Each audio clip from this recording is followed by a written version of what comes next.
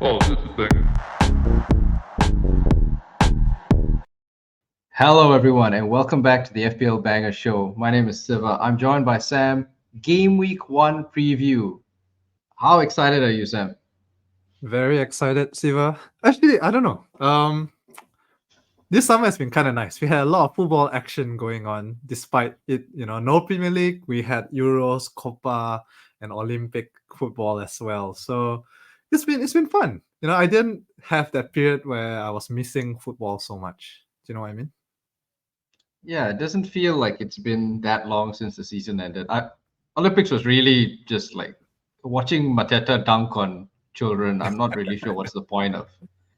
I don't know why France have a squad with Dunk and wait, Philip Mateta and Lacazette for some reason are playing in the Olympics, but Yeah, I think Olympic you can have 2 players above 23. Like every squad is three players. Yeah, so I mean it's nice to give them a chance. They'll never get into the actual first team. So yeah.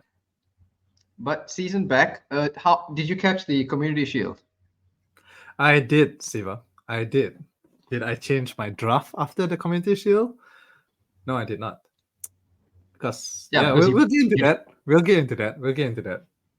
all you United fans were celebrating for like 10 seconds. We're back. Ten Hag is at the wheel, and then 2 seconds later.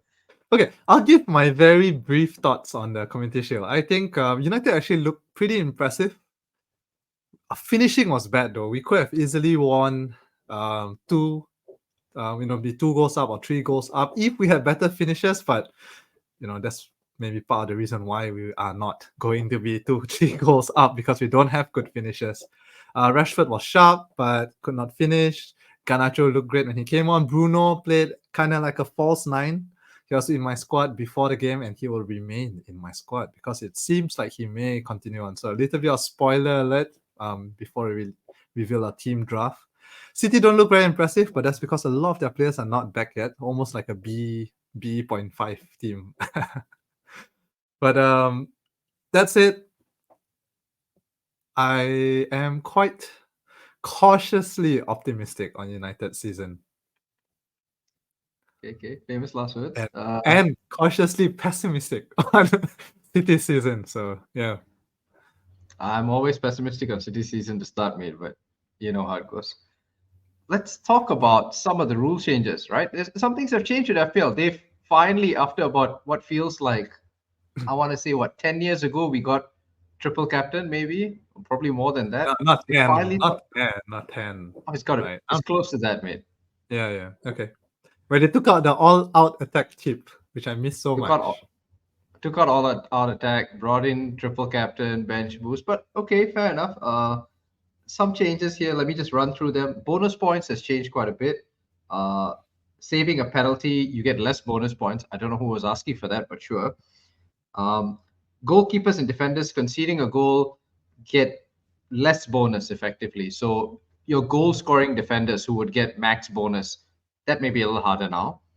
Goal line clearance gets more bonus points now. Again, that's going to be really controversial. I can already see he wasn't on the line. He cleared it like slightly off the line.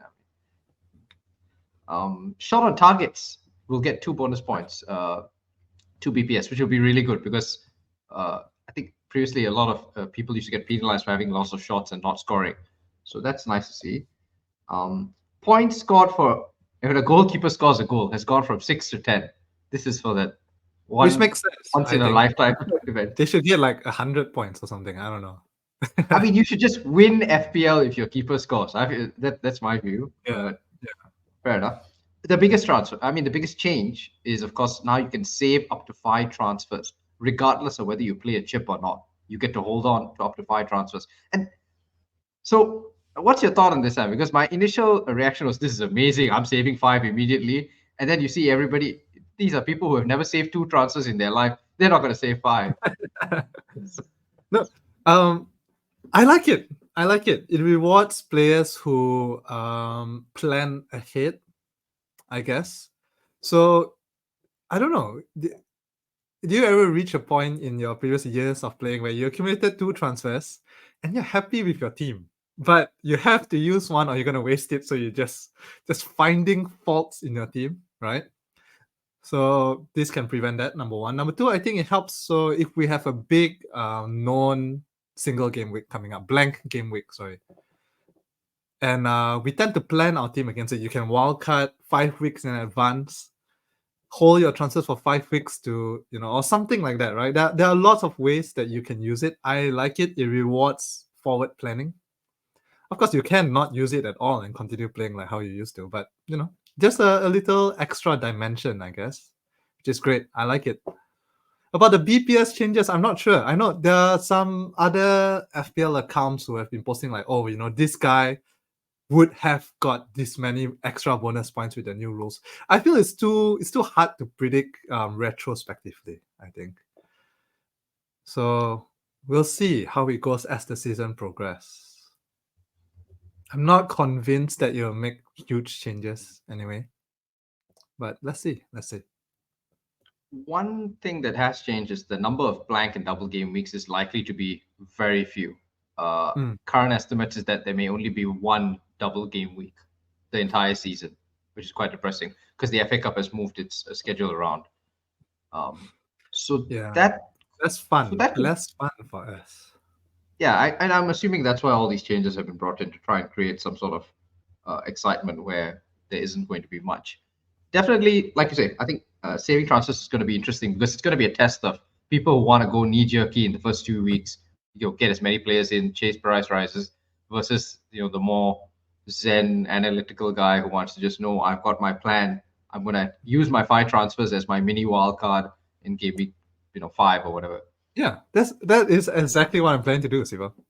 Not to say I'm analytical, but zen. You're Maybe. zen. Yeah, Zen. you know how we always plan an early wildcard? Now you don't have to have an early wildcard. You could just save your transfers for 4 game weeks and have a mini wildcard, which is fine. So yeah, I mean, just extra dimensions, extra ways of playing and tackling transfers. I like it. Yeah. So ambitious times. And it's something different. So with that in mind, shall we start talking about positions? I think we go position by position. The idea of this pod is if you have not seen any preseason content, if you've stayed away from everything, you listen to this and you be good to go. That's generally how I look at this. Yeah. If you were a casual FPL player, had a nice summer and coming back, oh, Premier League is starting this weekend. I will make my team now. Zero knowledge going in fresh. This is the only pod you need to listen to. Yeah, I make this pod basically for my brother-in-law who is like that. He hasn't watched any football, and he's going to come up to me on Friday evening and say, "So Siva, what players are you putting in your team?" And he'll have basically Andy's team anyway. So But yet he keeps beating us in our league, Siva. oh not this year, not this year. Okay, Gonna start that's withholding why you got to information from him. exactly. He's not going to hear about that. Okay, so let's talk with keepers, right? Let's start with keepers. Interesting that there aren't that many, no 6 million keepers this year. Yeah, which is 5.5s. great. I've never thought no keeper in the world has ever been worth 6 mil in the 10, 11, 12 years of FPL that we've been playing. Yeah, but that's annoying because I wanted people to go buy, pay 6 million for Edison. So I'm quite annoyed that isn't the case. But yeah, I know 5.5 million, for Edison, so you could. But even 5.5, right? So I think a lot of people have David Raya in their draft teams. I'm really not sold. What do you think? I'm sticking to my guns, which has worked for me for the in my lifetime, 10+ years of playing FPL, in which no keeper above 5 is ever worth it. Because to have a premium that that is worth the price, they gotta have clean sheets, they gotta have saves, they gotta have bonuses. And usually top keepers who are the most expensive will not get a lot of saves, will not get a lot of bonus. All you get are clean sheets, and even then it's kind of iffy. I much rather go for a cheaper keeper. This year's FPL pricing has been a bit interesting, right? Like most of the good keepers are 5. There are very few proper viable picks at 4.5. However, I do feel that a 4.5 option will emerge. We just don't know who is it now. It has been that way every season, every preseason. We can only guess who might this 4.5 be, but most likely you'll get it wrong and you have to make a transfer in the end. So yeah, I've gone for Henderson. Dean Handel. Okay. I think Dean Henderson's a pretty popular pick. I think for people who don't know, Sam Johnston, who is his competition, has been linked with a move away. I think David Ornstein posted an article saying he wants out. I think Forest are linked with him. So there's a teeny tiny bit of risk with Dean Henderson, right? Because Sam Johnston's obviously a decent keeper, and if Henderson makes mistake or something, could we haven't seen a lot of the Palace coach, so maybe something to possible. consider. So bearing that in mind and trying to mitigate risk, Sam, were you not tempted by Mark Flecken, who is 4.5 and has no competition? I was, but Brentford just don't look really good defensively. Fixtures aren't the best either. So I think Palace just have pretty decent fixtures to start the season. Again, saving my transfers, may transfer him out in 5 game weeks time. We'll see. And you're not concerned about the fact that I think Mark Gahey is being linked with the move away. Joachim Anderson apparently is subject of a bid today from Fulham. I don't think they're going to let both of them go at the same season. That's just suicide. If that happens, then I will reconsider, and I might consider having to move up to a 5.0 keeper and wait for this 4.5 gem to emerge, So if we go up to 5, and I'm surprised. Okay, let's talk about someone I want to talk about who nobody seems to have. He's only got. No, I like Bernd Leno, but I don't. United to start off is never something I'd consider. I think. Nick Pope. Yeah. I'm not seeing Nick Pope in anybody's drafts. That's true. Why? That is true, Siva. I don't know why. He's 5 mil. Everybody keeps talking about Newcastle defenders. Everyone agrees that they don't know who will start for Newcastle in defense. No one's sure because Trippier was supposed to go Saudi Arabia, but he's back. Maybe the wife has taken him back in. I don't know. And then you've got Lewis Hall, Dan Burn. You've got they're trying to buy Gahey. They've got Lloyd Kelly. They've got way too many defenders. And Fabian Shah is more than 4.5. So why isn't Nick Pope top of everybody's list? 5 mil. That's a very good Southampton in Game Week 1. That's good. I like it, Siva. I like the fact that no one has, caught on to the fact that it's 5 instead of 5.5, in which that's what you would expect Nick Pope to be, I think. Yeah. I like it. Historically, and good historically fixtures to start. Good fixtures. Newcastle don't have Europe this season, so you'd expect them to be a lot better. I think you know what it is, Siva. When you sort your keepers, right, Nick Pope ends up really, really low because he was injured most of last season. Yeah. He had 57 points, so he ends up really, really low when you rank them. I think that's it. Everyone kind of forgot Nick Pope exists. Yeah, because previous season Nick Pope had 157 points. You'd hold that up against anybody else. That's a decent return. That's what Pickford had last season, and everybody thinks Pickford is great. And I think Everton's fixtures to start off aren't great at all. Brighton, Spurs, Villa in the first 4. Yeah. Okay. I'm sold, Siva. Nick Pope is the best 5.0 pick currently. Let's go. Okay, let's go. We're both not sold on David Raya, right? I think. Yeah, I think it's just too expensive for a keeper who has no bonus, no saves. Yeah, Raya's just not going to make any saves. And Arsenal, I wonder if I'm being pessimistic because it's my team, but I don't. This first 5 for Arsenal looks insane. They play Villa, Brighton, Spurs, and City from game week 2 to 5. Best defense in the league or not? You're not keeping clean sheets there, I think. Yep, and this can link it to defenders, but I always feel that you should start the season cheaper at the back and then build it as we go along, because teams tend to not keep as many clean sheets at the start.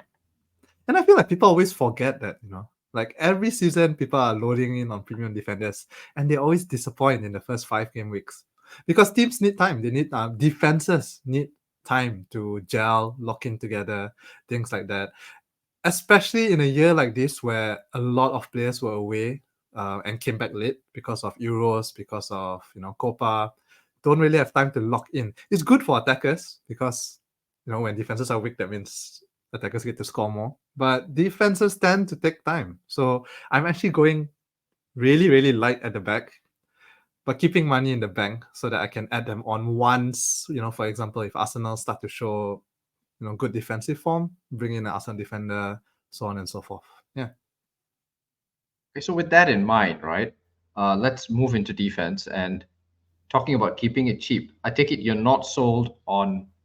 I mean, you already said you're not sold on Arsenal defenders, and I think there's an issue. One of the issues with Arsenal defense is we don't know where Calafiori comes in, because you have to assume somebody is going to get dropped at some point, and it could be Left back. Gabriel. It could be. Do you remember the Gabriel drama from last season? Everyone I do, I forgot do. that. We were all like, oh, Gabriel's nailed. He's nailed. And then he didn't start for like the first 2 or 3 games. And I think, honestly, he only really secured his place once Timber got injured, I think. Yeah. And obviously, Gabriel's excellent, and I expect him to start game week 1. But at some point, Calafiori is coming in, and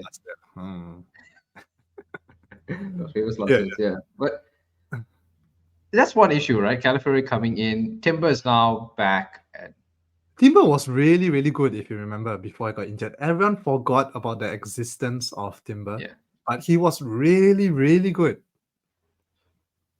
agreed. So And I mean, it's not as straightforward as you would think. yeah, and I think Arteta's master plan is that he will just have Saliba as a single centre back, and everybody else just bombing forward. Ben White goes forward, Calafiori goes forward, everybody just goes forward. Like I think that's his ultimate master plan, and A 1-5-5. Oh, yeah, something 1-4. stupid like that. Because look, how many options does Arsenal have now? Zinchenko, Tomiyasu, Calafiori, and Timber.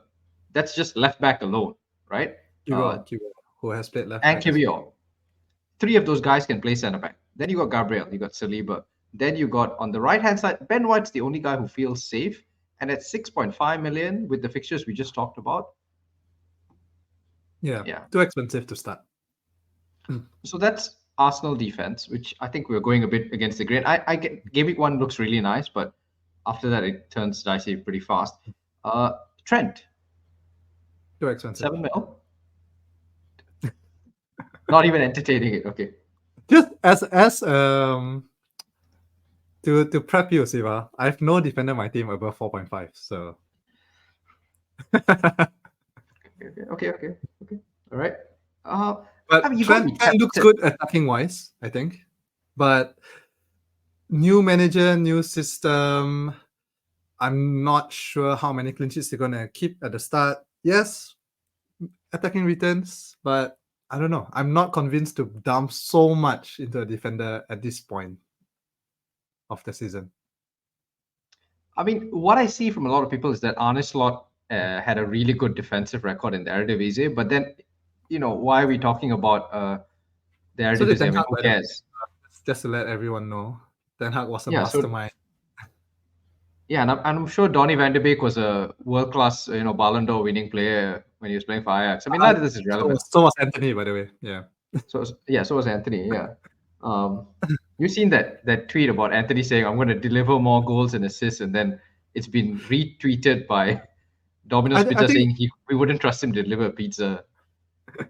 yeah, I think he said something like, "You're gonna see my name associated more with goals and assists," but I think he forgot the word "no" at the front.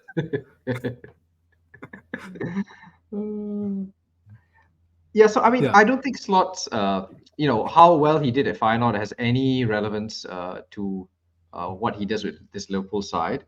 But it is a really nice set of fixtures, and I'm surprised you're not tempted because you got Ipswich, Brentford, United, okay, Forest, Bournemouth in the first 5. I mean, I'm tempted. I have Gerald Konsa in my team. okay. So let's talk about this Gerald Konsa. Explain to me this pick. I'm seeing it's quite popular now. I don't know. Liverpool fans seem to think that he would start next to Van Dijk, and he's 4.5. So yeah, that's basically it. That's all you need to know. So what? Konate is retired. I don't know. They feel that Konsa's moved above Konate in the pecking order. I'm not a Liverpool fan, haven't been watching all their preseason, so I will just take the Liverpool fans' word for it. And if he loses his place, that's what transfers are for. You don't trust fans, mate. I mean, fans thought Frank Lampard coming back to Chelsea was a good idea. You never trust fans. It worked out well for FPL. Demi Apes was a good FPL pick that season. So Okay. So you're comfortable having a. Okay, let me try and sort of test your theory a bit. You have a 4.5 defender who let's say he's 50-50, right? Because yes, he got a lot of preseason minutes, but obviously he's got competition. Ibrahim Konate is an expensive, big defender. I mean, he's got a lot of pace. Yes, he's made out of biscuits, but when he's fit, he's good. So you've got a guy who is not 100% nailed. He's 4.5 million, so there's not a lot of upside per se. Are you comfortable with that, or would you not just rather have any one of the many, many, many 4.5 million defenders you could find, from Mickey I van der have Ven, a lot of 4.5 defenders, Siva. I have all wrong 4.5 person to defenders. ask? So yes. Okay, I think your question should be, where do I rank him among the 4.5 defender picks? Probably fairer question, yes. Yeah. I'll rank him, I don't know, 2 maybe. If nailed, yeah, fair enough. I mean, if he plays 90 minutes every week. No, here's the thing. I don't know if this delving into psychology too much, but I always feel when a new manager comes in, the weight of the price you sign a player is lifted. So in that sense, in the Klopp era, he signed Konate. You're kind of expected to at least try to make it work with Konate because of, you paid a lot of money for him, blah, blah, blah. When new manager comes in, you give everyone an equal chance. And if Konsa have shown to have impressed Slot more than Konate, in which he's starting more preseason games, seems to be first choice among Van Dijk, beside Van Dijk. So I'm inclined to believe the fans when they have been watching the preseason and they feel that he's number one. I mean, he's the first choice pairing. Yeah, I think the way to look at it is sort of like you get a stepdad, right? And then you're the step kid, and so I don't really like you as much. You remind me of the last guy, but Kwanzaa is fresh. He's new. No one's claimed him yet, so that can be Slot's like big thing. And to be fair, Kwanzaa's played more minutes than Konate, and there was a preseason friendly about 2 days ago. They had two friendlies, Liverpool, on the same day, and the first team played. Supposedly, the first team played in the first friendly, and Kwanzaa was in that. Yep. So it's not. I think you could be onto something. Apart from that, you've dismissed all expensive defenders, but humor me because I've not reached that point of no resistance yet. I will. Josko Gvardiol, He's too expensive. Wait. Before you dismiss it out of hand, right? Come on, Tiva. You remember what he was doing at the end of last season? Because I felt he was too expensive, and he basically torpedoed the end of my last season when he turned into. I do remember. However, it seems that in preseason he has not been bombing up as much so far.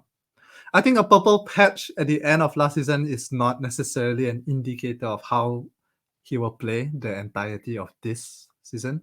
So far in preseason, granted, a lot of players are not back, so maybe they can't properly execute what Pep wants. Maybe he wants Guardiola to bomb up.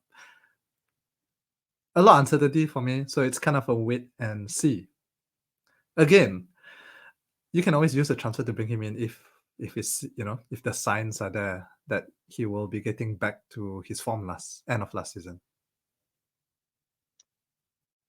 But their fixtures, I mean, they play Ipswich, West Ham, Brentford between game weeks 2 to 4, and game week 1 they have the easiest fixture in the entire league, Stamford Bridge. Yeah, I agree. They have nice, very tempting fixtures. Yeah, so even if Gvardiol's not as attacking as you're concerned, fair enough. But he has been playing preseason, so you expect him to start. Croatia didn't get that far, so he's had more rest than Ake and whoever else he's competing with. You're still going to get clean sheets. I mean, City keep the ball for fun anyway. Well, you are still going to get clean sheets? Are you gonna say that with certainty, Siva? Mate, they're playing Chelsea, who can't string together a coherent attack, and they're playing Ipswich. 3-1 for Chelsea 3-1 for City with a Palmer pen in the 89th minute. No, okay. So here's my thing. Here's my whole reasoning with it is that teams tend to concede sloppy goals at the start. So if Guardiola does not keep clean sheets in the first 5, is he still worth the price? Because then you're 100% relying on attacking returns, right? Of course, it's a big if. It's a big if. But it tends to be like that, especially for City. You know, a lot of people always forget that they start off slow, sloppy, don't score that many goals, and they only, turn it on in the second half or as you get towards the end of the first half of the season. So I'm just not convinced based on experience. Okay, fair. But I guess if you were to go for a City defender, then Guardiola would be my pick. Right. As well. So, yeah, I think that's I don't think anyone's going to argue that point. So let's Yeah, I don't come want to bring in slightly my down. personal bias, I guess. No, I mean So you're bringing more, in you're bringing in experience, which is good and bad, right? In FPL, it's good because your experiences tell you some things that are true, but also experience kind of you're bringing the past, and it may not, what happened yesterday may not happen again today. There's a that's true. balancing act here. That's true. Um, That's true. and I agree with you. If Guardiola ends up just playing pure centre back or pure inverted, whatever, he just sits back the whole game. That's not really something you want. I mean, you're getting him because the temptation, is that he will get forward and get something. Yeah. Let's move down a bit. Someone who's really popular in drafts, but I'm going to assume, well, obviously he's not in your team, is Pedro Porro. Oh yeah, no. Spurs are horrible at the back. Okay, so that's again, you're bringing in priors, right? But No, Spurs, but if you this recall, one is actually they are bad at the back. Like City, it's more they start off bad, but they get better at the end. So you could it was just bad. argue that this one they're just bad the whole season. So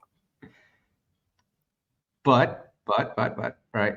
If your theory is that everybody kind of sucks at the start anyway in terms of defense and they're all kind of playing catch up, then you want attacking defenders. I mean, that's my counter to your point.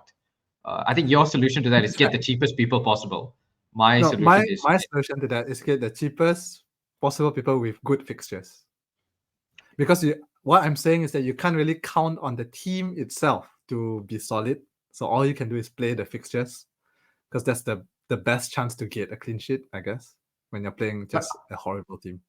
so I would say that Porro has great fixtures. They play Leicester to start off. Leicester look really bad in preseason. They've lost their manager. The team they've come up with looks like a championship team. They haven't signed anybody. We all remember Okay, how they bad we were. So then they play Everton game week 2. It's Everton, right? So and at home. Okay, Newcastle, Arsenal is tough in 3 and 4, but then after that they play Brentford in 5. I mean, it's a decent start. And Poro's it's a sexy it's a attacking. decent start. I guess it would be how you structure your team. So I'm trying to, like I mentioned earlier, save my transfers. So I want teams that have a good first 4 fixtures.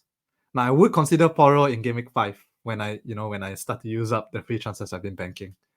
So it's just that last 2 fixtures just doesn't look good enough for me. Fair. So because I mean, one thing people forget about Spurs is how well they started last season. They won 8 out of the first 10, and they drew the other 2. So I mean, they started really strong, and my feeling is that they could do that again this season because I think Ange's style or whatever is, they have uses a lot of energy, and that's why they started so well. Since you're not interested in Poro, I guess you're also not interested in Mickey Van der Ven, who was 4.5. Yeah, fixtures. I did consider him as one of my 4.5 defenders, but in the end, it was just fixtures.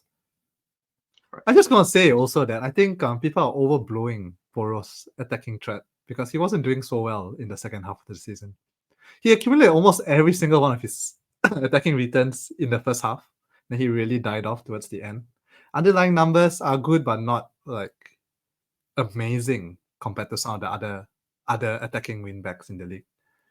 So yeah. Yeah, but my feeling is that since João Felix is being linked to a return to Chelsea, Poro will start picking up his performances again. Okay. Because the correlation of people who don't know, just Google Poro and Felix here, and then you'll see what I mean. Let's talk 4.5. Let's talk 4.5 million defenders. Okay, since you're all in on them, why don't you tell me the best 4.5 million defenders? Konsa, right? Now I have Hall because a lot of Newcastle fans do feel like he would start the season. I had Livra earlier on, but then it seems Trippier is back. the uncertainty of him leaving seems to be fading away. So, based on what I've been reading in Newcastle fans, they expect Trippier to start on the right and Hall to start on the left because he seems like he's the first choice left back. However, like you said, I don't know how long this will last. If they sign Gehi, things move around. Shah moves from the right to left. I don't know. Burn might go back to left back. Who knows? So some uncertainty there, and I'm genuinely considering your take on Pope instead as a Newcastle defender, and then moving Hall to someone else. I have that side I have Robinson, who I think is a great 4.5 pick. Fulham has good fixtures. Anthony Robinson is really attacking, gets really far forward. 4.5, 6 assists last season, which is great for a 4.5 defender. First few fixtures now, United looks bad on paper. Gotta add that on paper. But then after that, Leicester, Ipswich, West Ham, it looks good. So I'm happy with Robinson.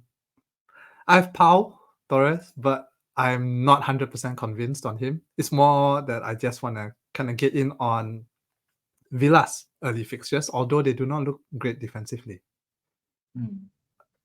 Other consideration, Everton defender, what's his name? Wingback. Michael Lenko. Yes. So also attacking wingback. And Everton's decent fixtures to start. Brighton at home, Spurs away, you could bench him. Bournemouth at home, Villa away. So depending on how you rotate, you could utilize the 2 home fixtures bench for the away fixtures. And then I have Barco, 4.0 gem, I think, from Brighton. Not the best fixtures, but it's more I just want to playing 4.0, and he seems like one of the best options among the 4.0 defenders. Has been playing a lot in preseason. Granted, Estupinan is injured, so that's probably why he's been first choice, but also taking almost all their set pieces, and apparently his set piece delivery is really, really good. So 4.0 defender who takes set pieces, nailed at least the first few game weeks, 1 or 2 game weeks. Yeah, why not? Take a chance. Okay. No United defenders. Sorry. United's defense are in shambles right now, mostly because of injury and things like that.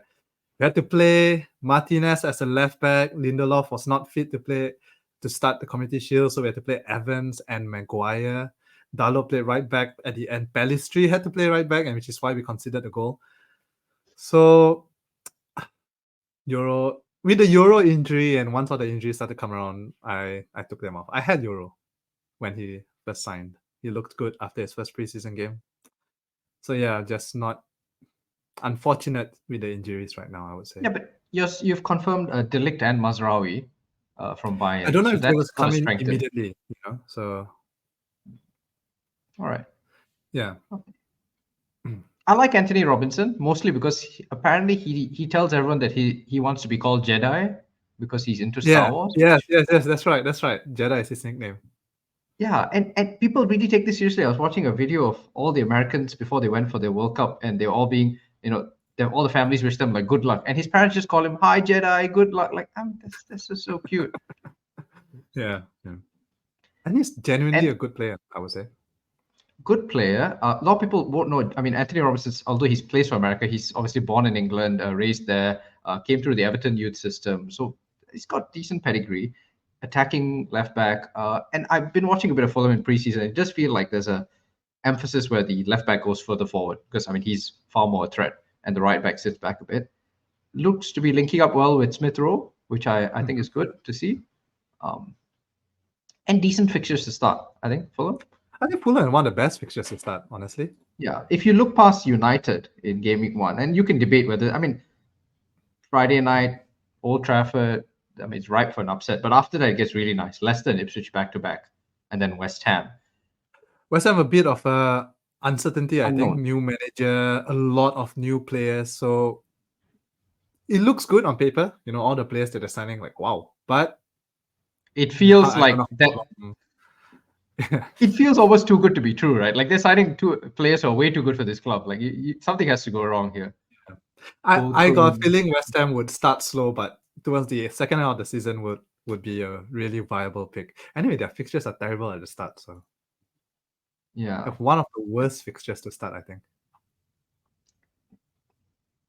Yeah, tough fixtures for West Ham. Although a lot of, Villa, City, Chelsea, I suppose, debatable, but Villa and City in the first three is not great. They've signed a lot of people. If they play well, I mean, there are a lot of options here. Todibo's 4.5, Kilman's 4.5. Yeah. They've been trying to sell Kurt Zuma to somewhere in the Middle East, but apparently he couldn't get through his medical, failed the CAT scan or something. How long have you been planning that, Siva? Oh, I've been waiting. Okay, so I think let's we've covered all our 4.5s. Just rank, top three. Give me Kwanzaa, obviously top of your list. I'll say what, Jedi Robinson second? Yeah. Hall third. If Hall third. assuming that these guys are nailed, at least for the first 2-3 games of the season. Yeah. Hall's been great in preseason, but like you say, I'm just really worried about, Livra being pushed to the left. But all things being equal, if you've got somebody on the bench and Barco 4 million on the bench, I guess you're not too concerned. Just to voice out other 4.0 defenders who seems nailed for anyone else who are looking, you have a lot of promoted guys. So I'm not really too keen on them. Hartwood Face. Bellis, Southampton, Face from Leicester. I think that's it, right? That's the two popular 4.0 defender picks. Yeah, probably Ben Johnson at Ipswich, the former West Ham right back. But again, all three promoted teams, I must say, look very suspect to start off with. Yep. Okay, let's move to midfield. Right. Right. Okay, so the big boys, right? They've finally increased some prices here. You got Salah at 12.5, Palmer at 10.5, Saka 10, Son 10. They've not made this easy this year. So which one of the big ones are in your team? Son. Son's in my team. Is it? I felt like maybe people forgot how good Son is. And I think Solanke's arrival actually bodes really well for him. Son has less ownership than Harry Winks and Garnacho. Wow. To give you an idea of how hipster he is. Wow, I did not know that. I think a lot of people are sleeping on him then, because good fixtures to start, attacking wise, definitely. Son looks sharp, looks fit. I think he's got 3 goals in preseason, the most of all the Spurs assets, I think. Let me bring them up just to make sure. Can't find it now. But anyway, yes, looks sharp, looks fit, full preseason, good fixtures. If Solanke doesn't come, it doesn't look like he starts at 9 anymore, because I think if Solanke doesn't come, Kulu actually might be the false 9. But he's great on the left coming in. Solanke, if he comes in, is great linking up play as well. Would only bring better returns for Son. So I like Son a lot. Yeah, I'm not sure why people think Solanke coming is a bad thing for Son. Son always played well with somebody to help him off. If anything, I'd say Son's better coming off the left and having a number 9 to hold up the ball, pass it into him. And Solanke just being a better hold-up player than Richarlison, I think it would be great for Son. Yeah, and I think that's why he's been playing Kulu kind of as like a false 9. So a sleeper pick as well, but I've seen some people go for Kulu. I'm not sure how good it is, 2-3 games in. So yeah, Son. I like Son a lot. I had Salah until until their last preseason, and I moved it to Jota. Purely because actually I don't even know why. Because he's 7.5 and you Jota is less. I have so much money in the bank, Siva. I'm gonna reveal it at the end. But purely because Jota just seems like he's the one who would finish the most. Jota has always been a great FPL pick if he's nailed, but that has been the problem, right? He has not been nailed. However, it seems, at least in the first game, he is set to be first choice. I think, with Nunes coming back late because of Copa, doesn't look as fit, played for the second team friendly, like you mentioned the other day. I think Jota is probably would start the first at 2 to 3 games, and that's all I need, I think. Once he starts getting benched, that's when he's on my team. But we all know when Jota plays, he scores, right? True. And it seems like if you were to pick a point in the season to get Jota, this would be it. All fair points, I think. I'm also very keen on Jota. I think, I mean, he's Ipswich at home, well, away, but still, Ipswich to start off game week 1, and Liverpool's fixtures are really nice. And yeah, you got to have some risks in life. 7.5 million is a really cheap price if he pops off. And Yeah. Jota's, I think his minutes risk has always been because he's not fit, right? He's always injured. And like you said, new manager, new fresh start. Yeah. So I think that played into it a lot. Like Klopp had a lot of expectation to make Nunes work because they paid so much. New manager, everyone starting fresh. On a blank slate, I don't see how you can pick Nunes over Jota, honestly. Yeah, I'm just surprised Darwin hasn't been arrested for what happened during Copa. That aside, okay, so 7.5, you've talked about Jota, you've talked about Salah. So Saka is in almost everyone's draft. And then once again, I worry that I'm being too negative on my own team because he's not in mine. I I just don't expect like his some. fixtures. Yeah, I don't like Arsenal's fixtures, and I have Havertz, so I don't really want to double up on bad fixtures. That's partly that. Also, Saka is coming back late. Yes, I know he plays every single game for Arsenal, but that doesn't mean just because he plays that he'll be sharp and won't be slightly fatigued or whatever it may be. Having some what they call it, Euros hangover. Gotta have some angle. Although, yeah, brother plays every single game. I'm sure he's starting game week 1. I'm very sure of that too, but also really expensive. 10 mil for somebody who scores 200 points. I mean, that's not that bad. Yeah. I mean, I will definitely have Saka at some point in the season, just not necessarily game week 1. Yeah. Cole Palmer, 10.5. What do you think? I don't think he starts the first game. He starts, mate. I mean, there's no way he doesn't start. Doesn't matter that he hasn't played preseason. This team is awful. They need him. Again, just because also he may start, but just because he starts doesn't mean he's sharp and fit and back to his best immediately. Yeah, Maybe but he don't need to be sharp. It's Cole Palmer, mate. He just twacks it in from 20 yards out. City, you kind of need to be sharp if you're gonna play against City. But that's Palmer's whole game. That's what he did for England. He comes into a rubbish team led by a rubbish manager, and he just whacks it in from 25 yards. I mean, that's what he does. Maybe.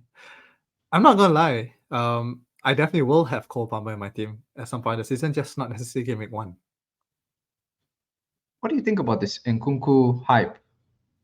6.5 I'm million. not into it. Why not? I mean, Are because you into it? It seems this Nkunku hype seems to be something that you would be into. No, I mean, I was into it last season, but obviously he had a lot of injuries. I'm not so keen this season just because I really don't feel good about Chelsea. I think we know enough now to know that this is a team that doesn't know what it is. Like I don't think they know their best 11. So why would we know it? Yeah. By the way, Chelsea has had a very, very, very bad preseason. Yeah, they've been losing to teams like They Celtic. drew to Wrexham, lost to Celtic, beat Club America, lost to City, lost to Real, drew with Inter Milan. Really bad preseason. Yeah, I mean, not a great preseason. I also think that this is the vibes, right? And vibes, I mean, I'm a vibes guy. Maresca's slagging off Pochettino and saying these guys play a high line. That's a habit from last year. I need to fix. I mean, it's all just. I think Nkunku's safe for minutes because he played the most minutes, I think, out of any attacker during the tour. So in that sense, he's fine. But I kind of want to let them get their first fixture out of the way. Let's see how things go. And, the manager's still figuring out his best 11. And this talk about João Felix really doesn't make me pleased at all. Yeah. So I think Felix there are talks. Yeah, there are talks that Nkunku might play further back, especially if Palmer is back, Felix is there. He can kind of play like an 8, which I don't know how that will affect his point potential. So I'm just not really keen on Chelsea assets on a whole. And the only exception is Cole Palmer because, like you said, he can make magic happen even in a shit team. But everyone else, no, not for me. And just City in game week 1, that's like enough of a reason to me to just say, let's just see how this goes. No need to rush in. We had a question here from Ignatius asking us the best top 3 6.5 million mids. Seeing as you're a very cheap man, Sam, I'm sure you'll be well equipped to handle this question. Gordon, number 1. 6.5 million. Is he not 6? Oh, he's 7.5. Oops. Okay. Let me bring it down to 6. I don't have a 6.5 midfielder. That's why, because I'll tell you why. The top three 6.5 million mids are all 5.5. Strictly 6.5. Um, Garnacho Yeah, Garnacho. Yeah, Garnacho's an easy one at that budget. Gibbs White.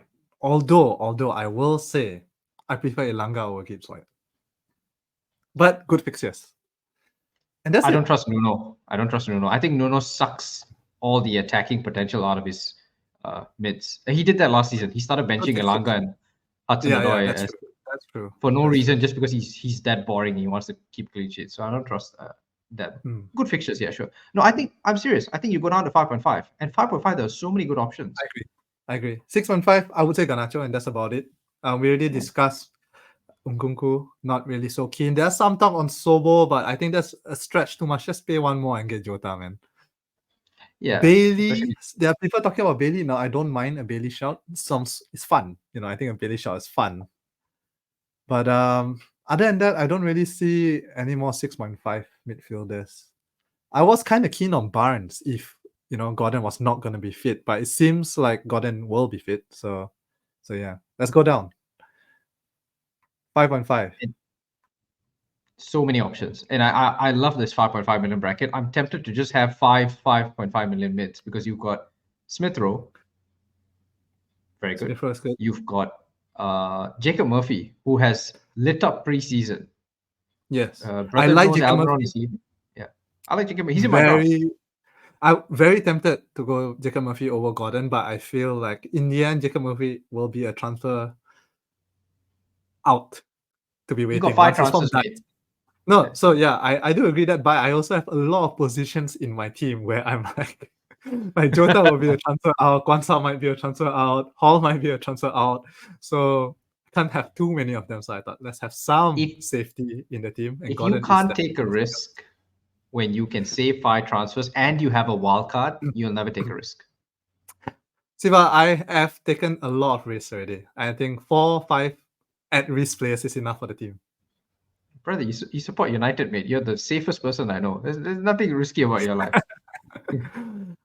Hey, come on, man. I'm going with 4.5, no defender above 4.5. That's not risky. I don't have Haaland. I don't have Salah. Don't have Cole Palmer. Don't have. Son is my most expensive player in my team. If that's not Okay, risky, I don't know what is, Siva. Okay, we won't spoil the draft. But I think to answer Ignatius' question, I think the best midfielders 6.5 million and under are, I'm going to say, Smith Rowe, Jacob Murphy, and Semenyo? Yankuba Minte. Oh, okay. Okay. Minteh. Looks good in preseason for Brighton. Right wing, if I'm not mistaken. So Expensive signing. So you'd expect him to play signing. Looks good. 30 mil or something like that. Yeah. They do have a lot of options, though. I think that's the only caveat. So one of those where, if he doesn't perform in the first 2-3 game weeks, he may be dropped for their other 5 options or something like that. But definitely an exciting pick to start with. What about Semenyo, Siva? I'm surprised you didn't mention him after what he did for you last year. I love Semenyo, and I like the fact that he could play number 9.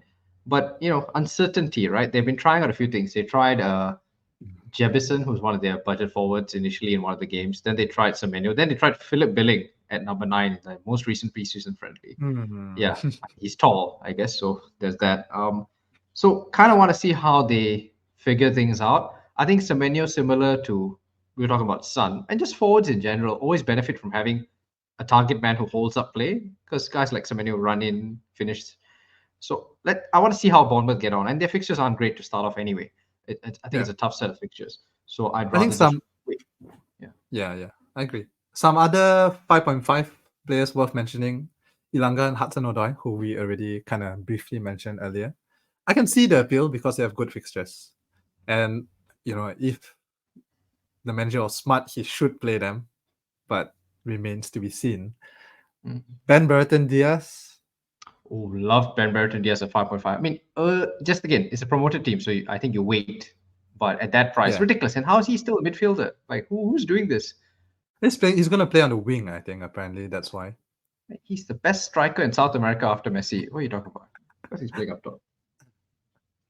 Morgan Rogers 5.0 if we go down to 5, who seems to be nailed to start and has lead up preseason as well for Villa. Let me find it. But I think he has the most, 3 attacking returns in preseason so far for them. So just an option, I guess, if you are considering someone in that 5.0 bracket. I'm surprised you mentioned 5 million and you didn't talk about the 5 million midfielder to have. Oscar Bobb. Are you talking about Oscar Bobb? Oscar Bobb. Yeah, Oscar Bobb with 2 Bs. Yeah. 3 Two Bs, Bs, I guess, yeah. if you count the Bs at the front. Yeah, I like it. Honestly, if you have a very safe team, right, and you want to take a big punt for like 1 week or 2 weeks before Foden gets back fit, because he's not going to start the first week. Oscar Bobb looks really good, and he has actually looked threatening, Created the goal in the Community Shield. Looks good. Right wing's kind of up for grabs, right? They don't have somebody who's nailed there at this moment. Sure, he's a risk, but he's 5 million. I mean, you're gonna pay 4.5 for Harry Winks. You just find 0.5 somewhere. You turn him into your fifth Transfer mid. waiting to happen for sure, but you could, kind of like Jota, I guess. Transfer waiting to happen, maybe, but just enjoy the points for the first 2 weeks before you get him out. That's what differentials are for. Yeah, and City play the second game in game week 2 against Ipswich. So you may get early team news. If you do, he starts brilliant. He's had the summer off. He's Norwegian. Haaland's Norwegian. That's gonna help. And Pep said, what did he say? He was asked about whether Bobb could have a Cole Palmer type impact this season, and he said that happened because Cole plays every single game. If Oscar plays a lot of minutes, I'm sure he can do a lot of good things. So it's the most Pep answer possible. Short of saying yeah. that Bobb is a world-class player before benching him. Yeah, I know. Famous last words, but I like. I think 5 million. You got to have 0.5 million lying around somewhere. Just get him in your squad. I think. I like it. Fun punt. Hmm. Just to put it out there, if you are, depending on your team structure, if you are looking for 4.5 bench fodder, I think wings would be the best option to go. Nail and take some set pieces apparently for Leicester. Anyway, bench option. So bench, just you want someone who plays, and wings is nil. So yeah.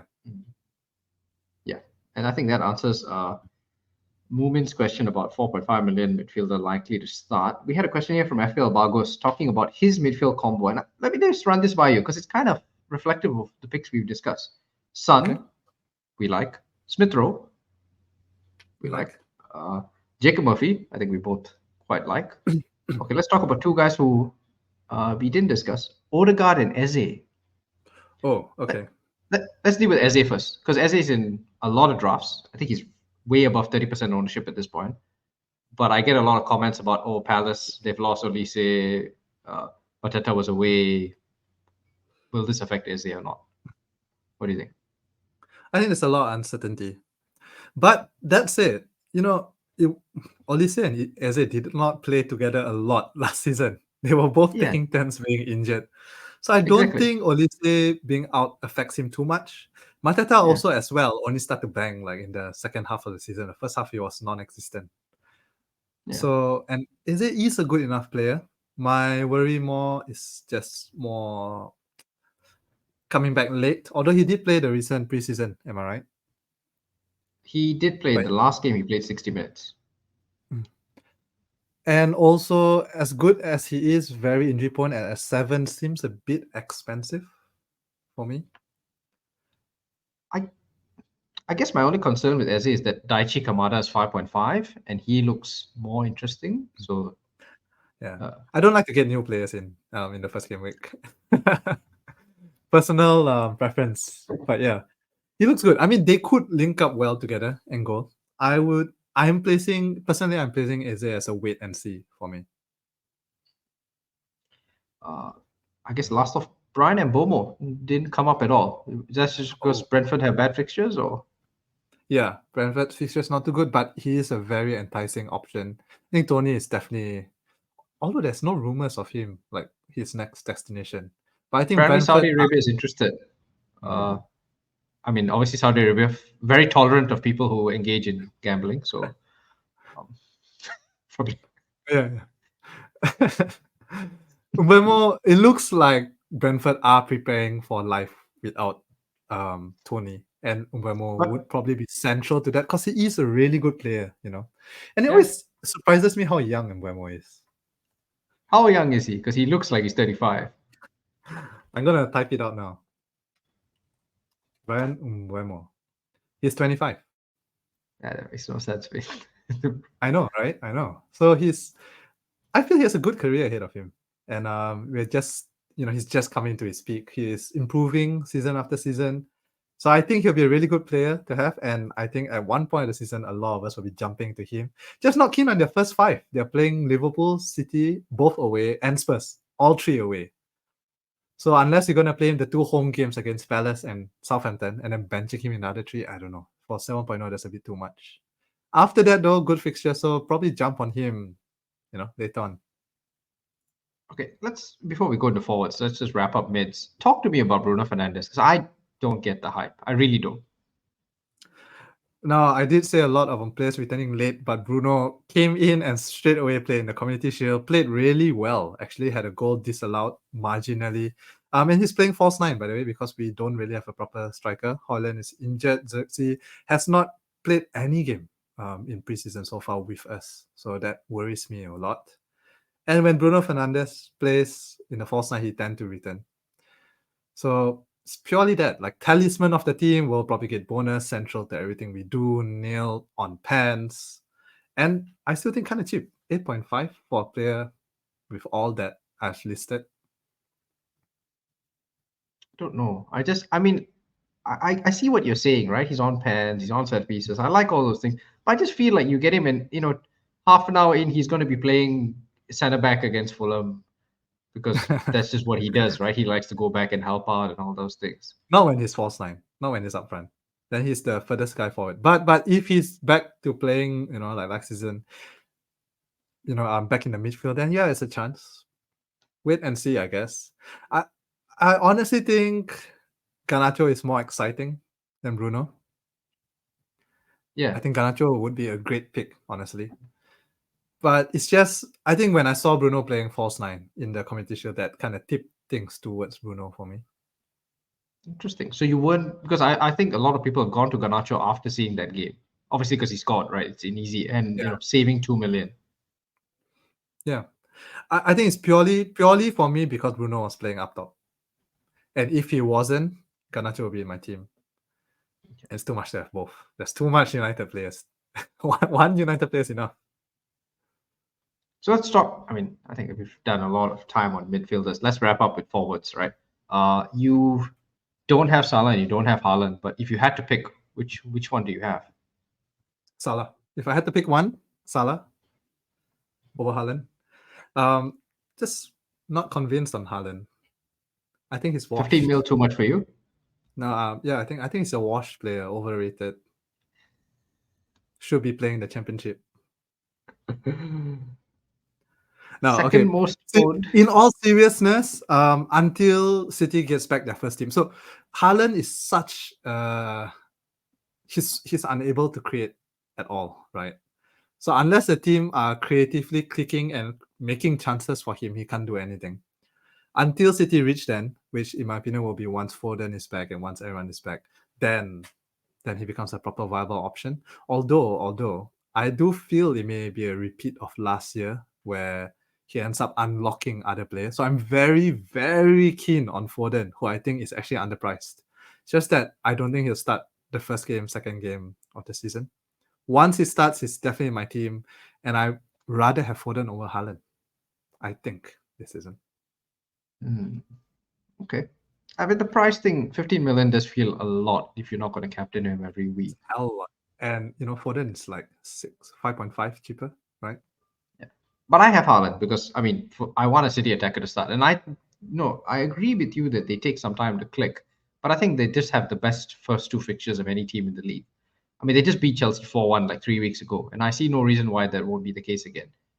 And I think the Community Shield the result is being interpreted as City are slow. But what I would say is actually United are better this season than last season.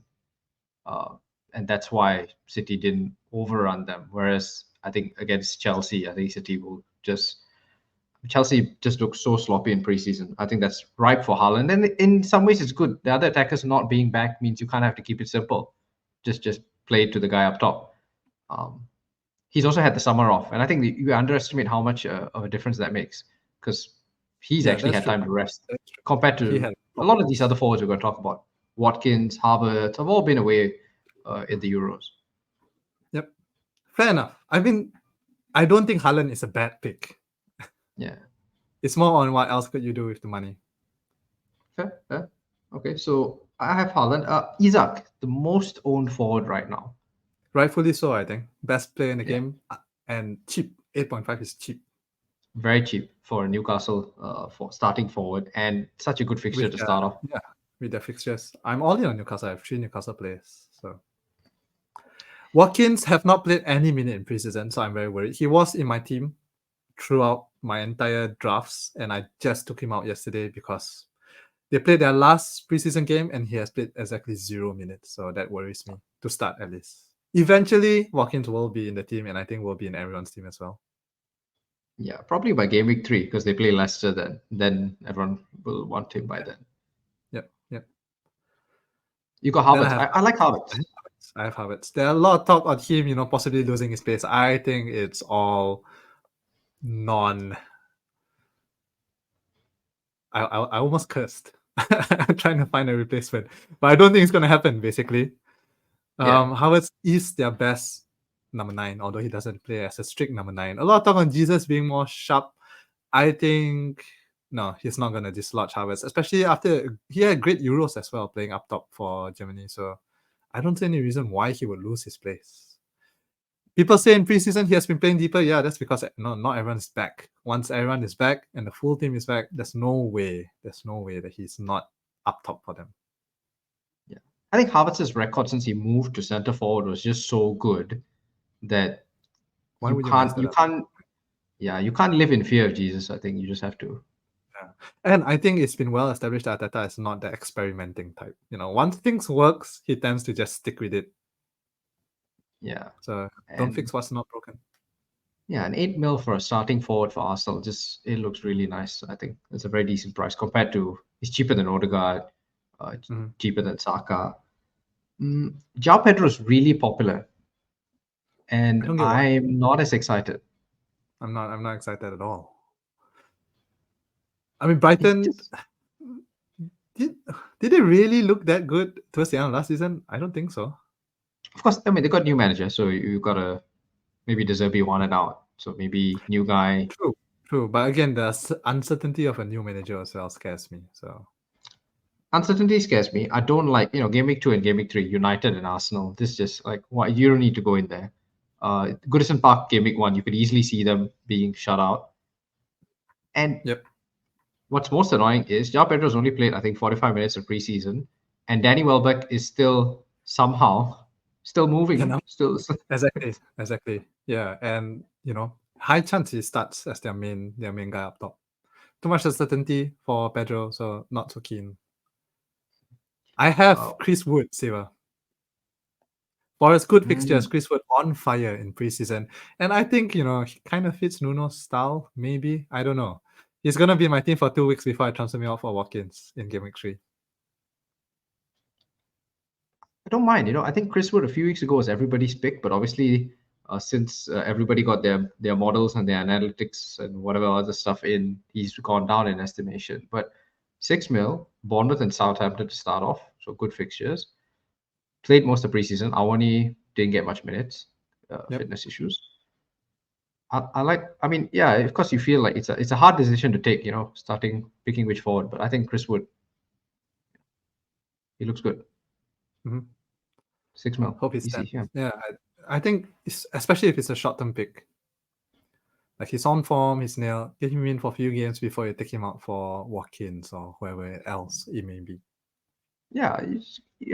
I think I'm down with that. Rodrigo Muniz, very popular pick. That's probably the last one I'll talk about here. Yeah, I'm not convinced, I guess, or more wait and see for me. Like his form at the end of last season was amazing. Can he replicate that? I don't know. We don't really have much data on him before. Let's see. But if he does, just transfer in. I always tend to feel, right, that people always start the season kind of forgetting that they have transfers.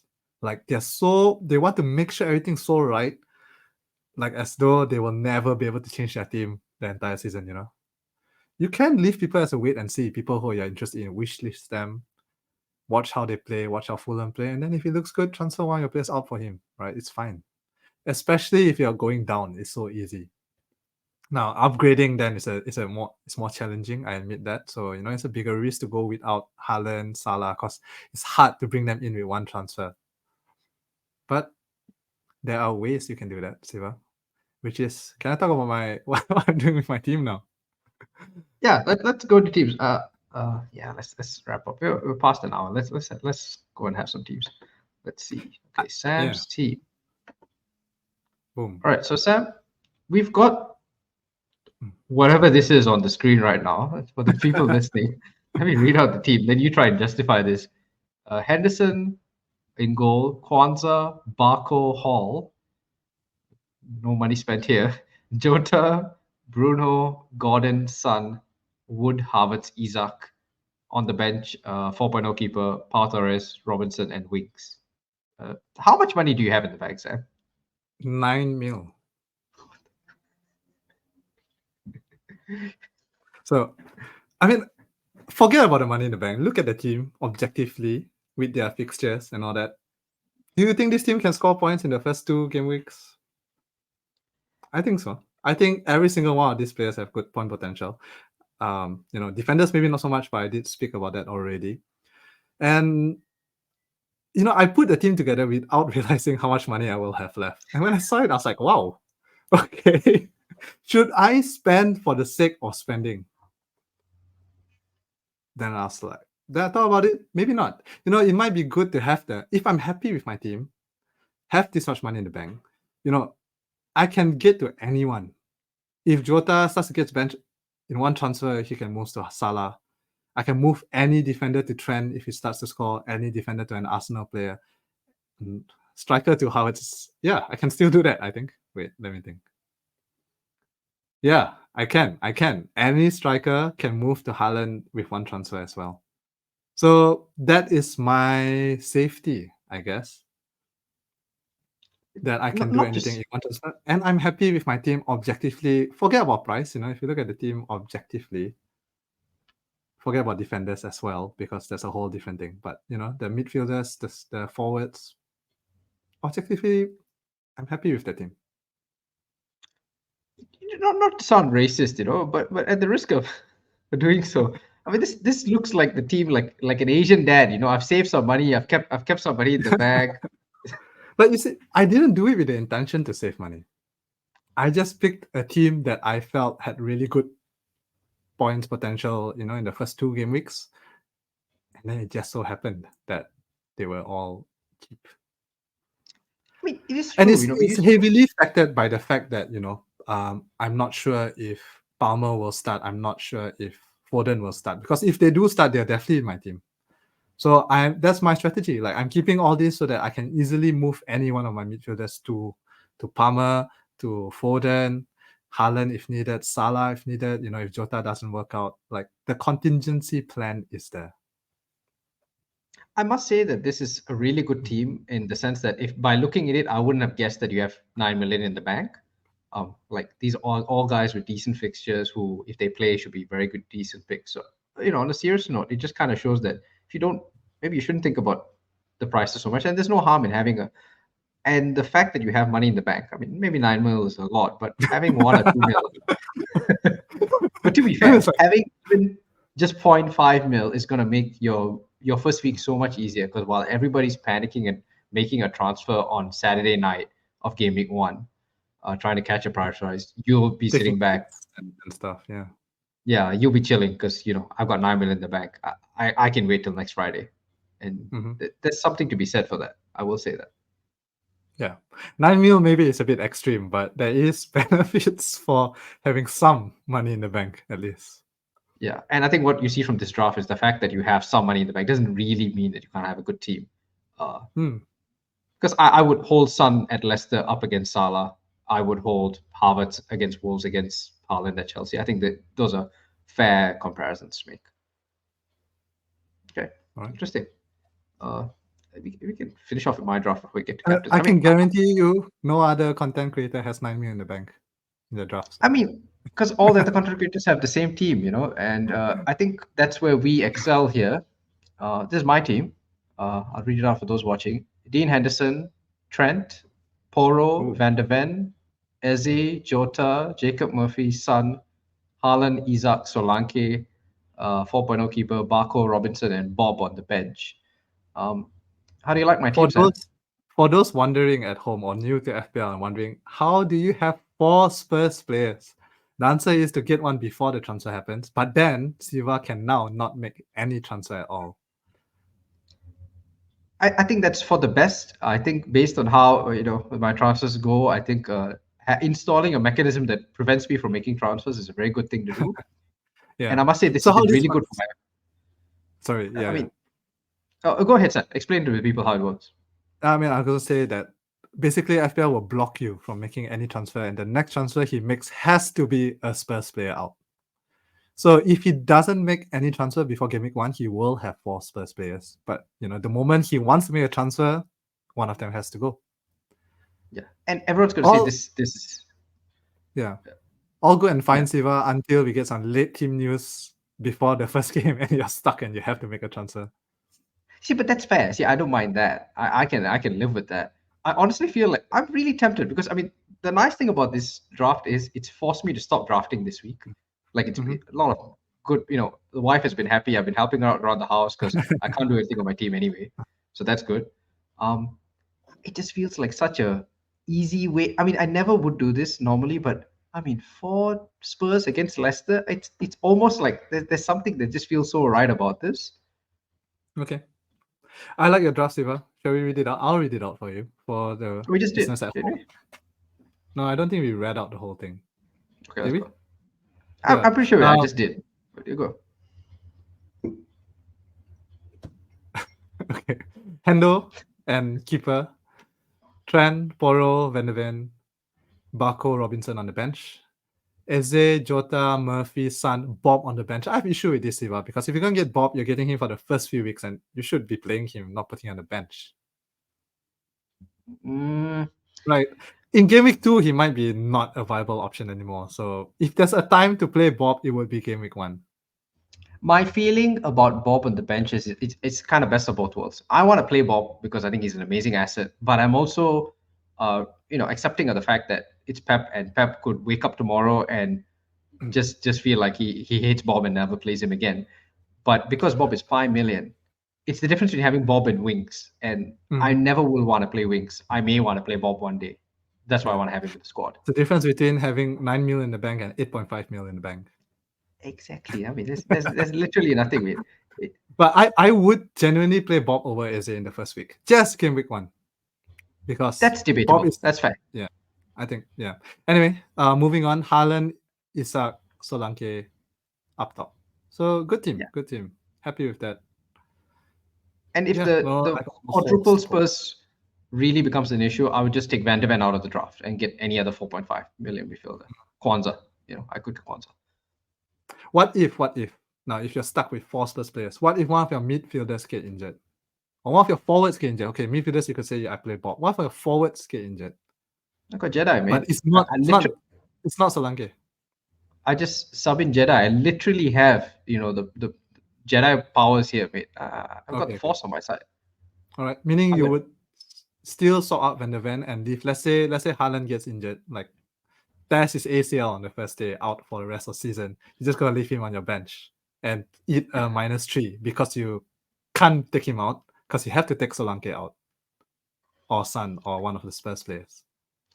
If that really happens, you just wait a week, right? You take a few price minuses. I mean, you see now you're scaring me and trying to force me to get rid of my 4 Spurs. I don't like that. So I mean, I'm just giving you possible scenarios, Siva. I'll let you make the decision yourself. I think in all seriousness, I probably will drop Van de Ven before game week 1 just to be safe.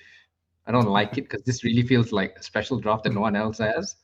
Um, and I think Solanke is a worthwhile punt at the start. I think 7.5 for a Spurs attacker, I don't mind it. I think Okay. Leicester away is a nice fixture. Yeah. Fair. Okay, let's wrap up because we've gone above an hour. But let's finish off with captaincy. Game week 1, captaincy. We're both capping Isak. Isak. Oh man, you captain Isak too. Okay, I'm changing it. Hey, Son. hey, hey. Since no one has Son, like you say, like it's really low ownership. Son may be my captain. Game week 1. I don't mind it. I mean, I do recall Son having some good games at where did Leicester play again? Wherever Leicester plays, whatever it's King Power. Yeah, King that's Power the one, Stadium. yeah. Yeah. Although I will say, objectively, Isak looks like the best captain here because Southampton at home, game week 1, smells like a 7-0 coming, you know. It really does. I think so too. Okay. All right. Are we done? Just, follow us on Twitter if you want more FPL stuff. Siva runs the FPL, our Twitter page really well. Then I steal his stuff and post it on Instagram. So if you don't have Twitter, you can follow on Instagram and get the Twitter stuff one day later.